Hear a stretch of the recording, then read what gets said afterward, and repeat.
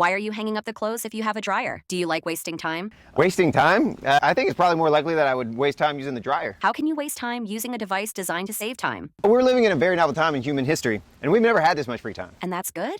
It can be good, and it can also be bad. Turns out when we save time, we tend to not know how to invest that time that we obtain. Can you think of any negative side effects of having elevators? Less exercise, maybe? That is a negative side effect, but there is one that is more subtle. What's that? So many times when we save this time using the dryer or an elevator, we in turn waste that time. How many times do you put a load in the dryer just to be on your cell phone for that entire time that you save? Or how many times do you get off the elevator just to watch TV? That doesn't have to be a waste of time. Everyone is free to use their time as they wish. Well, that's true, but when we can obtain things immediately, when we never have to wait, when we don't ever feel bored, it puts our mind in a state of overstimulation. It's not that overstimulation in and of itself is a bad thing. It's the absence of overstimulation that is harmful. Imagine a motor that goes at full velocity 24 hours a day, 7 days a week. You can easily imagine how that motor would possibly blow prematurely. The thing about being in a state of constant mental overstimulation is we lose the ability to direct our own thoughts. It becomes harder and harder to think deeply about things, to analyze things.